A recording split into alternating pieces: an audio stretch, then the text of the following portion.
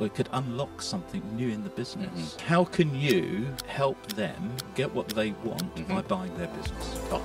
So, Rob, welcome back. I thought that it would be great to have you back to talk about the other side of the coin, which is buying a business, because this is something that you are now focusing on. Tell us about your business buying. The first business that I founded, I sold out a couple of years ago. I knew I didn't want another job. I've been following your content that you've been putting out on the how to buy a business. And I thought it's a bit like football. I might support Arsenal, but I can admire Chelsea, because you can learn from the people in the best in the industry. You can learn from them. Why wouldn't you?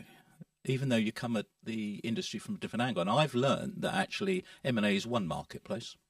It's just that you've come in predominantly from the buy side. I've come in predominantly from the sell side. I have bought businesses for clients. Yes. So I've had experience of being an advisor on the buy side. Yeah. I bought my first one earlier this year, but I went on your courses and I made loads of mistakes. You think I would know better, because I've been in the industry 2 decades. We all make mistakes.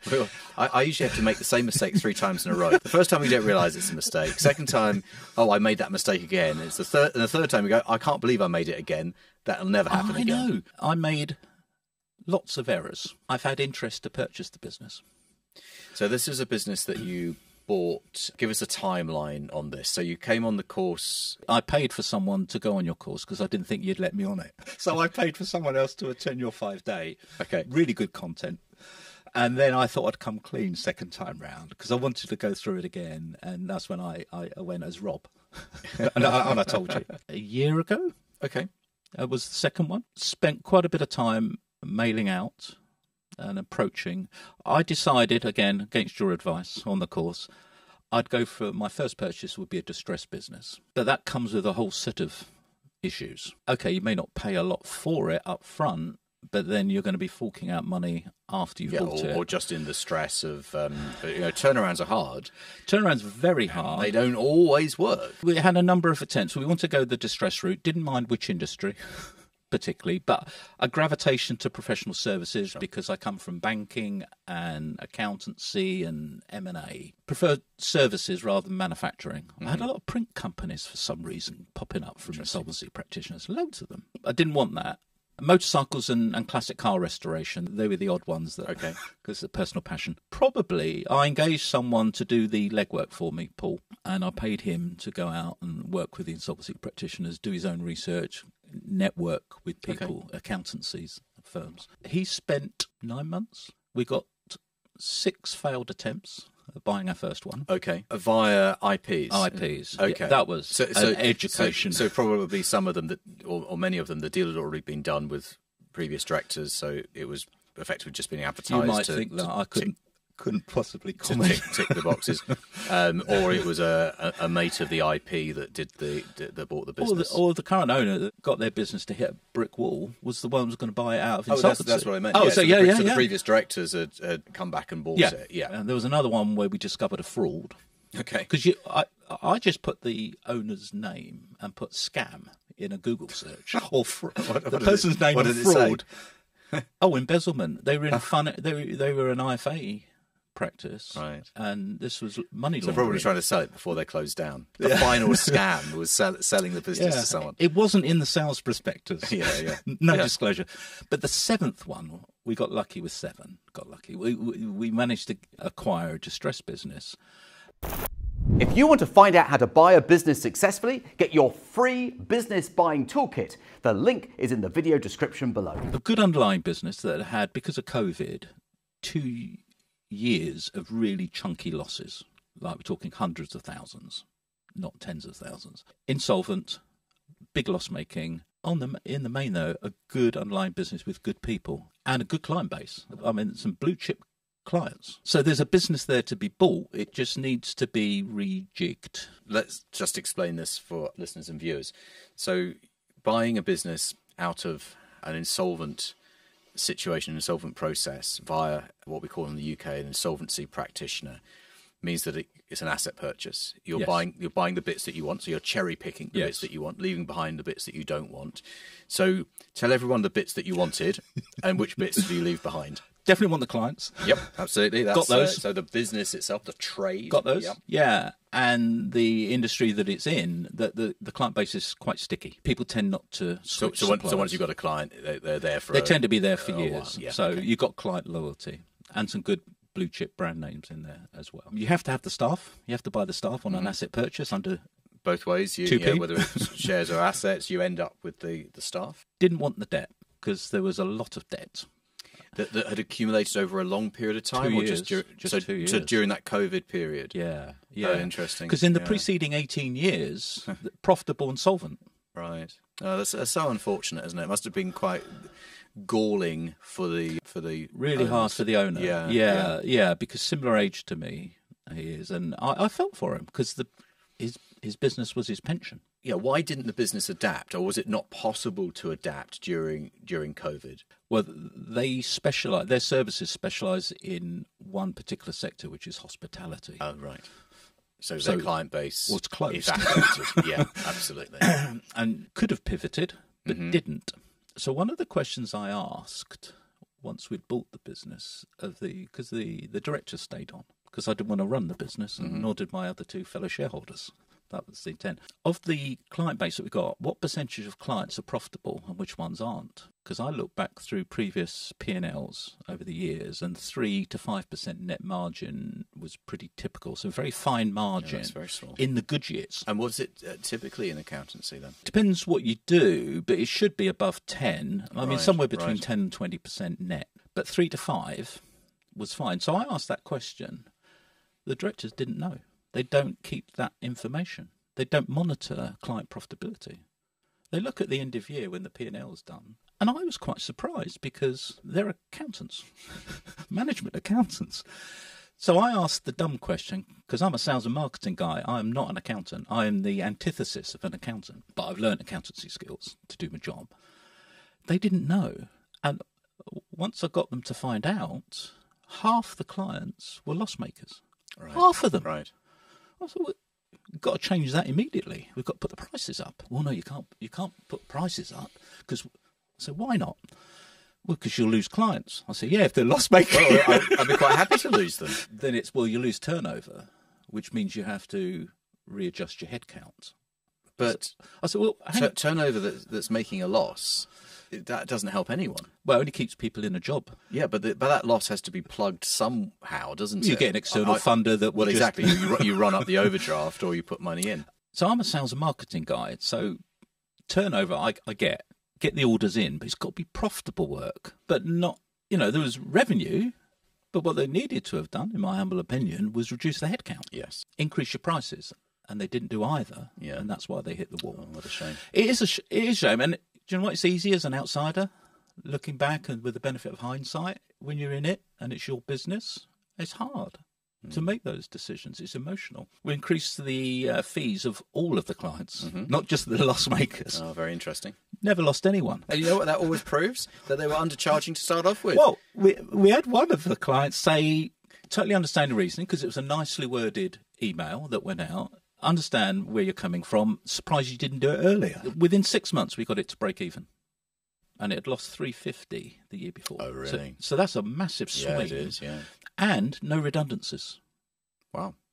So it just shows you impressive. pricing is key. Yes. No, we didn't have to release anyone. But I think a lot of people in business that I've met over the years don't get the connection between value, and people are willing to pay a premium if they're getting value. They perceive they're getting value. The key for us was that we had a team day really early on into buying the business. In fact, ideally we should have had it within a week, but we spent a day with the staff so they could get to know us, we could get to know them a bit. But we had some workshops, we broke into mini groups. Wanted to find out from them what they saw as the challenges and the irksome things that happen in the company that they would want to change. And the way I positioned it with them is if you were chief executive today, what would you put right tomorrow? Also, when they broke down into the mini groups, the other question to consider is, what do you love about the company?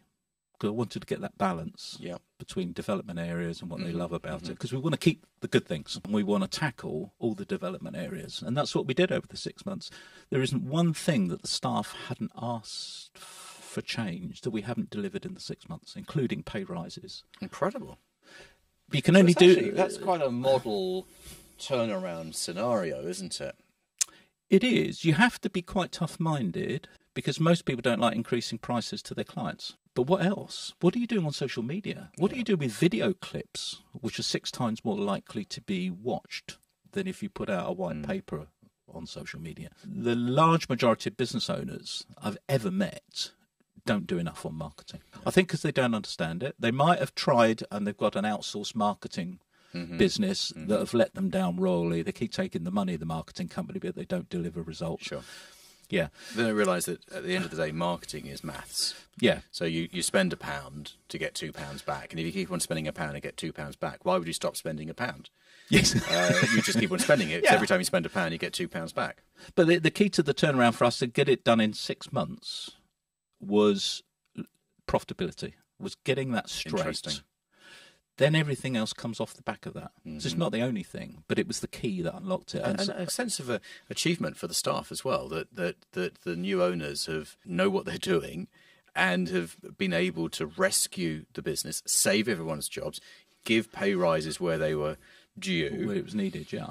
Fantastic job, Rob. Really good. Do you know what? It does make you feel good. You're right, actually. I'm glad you said that. It makes you feel good. Because it isn't all about the money. You know, I've discussed this before. It's actually standing back and thinking, have I created something of value? Yeah. Can I sleep at night? Are you proud of what you've done? That's it. Buying a business is a roller coaster, which is why you need a lawyer who knows what he is doing. So why not use mine? His name is John Andrews, and you can find his contact details below this video. There are always people who listen to this podcast, watch these videos, who have actually been in the same position as you. They've been on the fast track program, or they've been thinking about going on the fast track, and have never done anything about it. So what would you say to those people? The first thing is don't veer off the path of righteousness. And what does that mean? If you go on a training course that you pay for, stick to it. Stick to the advice that's being given by someone who's been there, done it, and worn the T-shirt. This ties in with what we were talking about earlier, about how people come on the training and take the notes and have a plan of action. Yes. And then they go and implement a completely different plan to the plan that's been given to them. I know. No, you've got a proven formula. So why you think you would know better when you haven't bought a business before, I don't know. But that often happens. And one of your current people approached me on LinkedIn because they wanted some advice. And I don't normally give free advice. But when he mentioned that he was part of your mastermind, I said I'd give him some time because he's connected with you. And so as a goodwill gesture.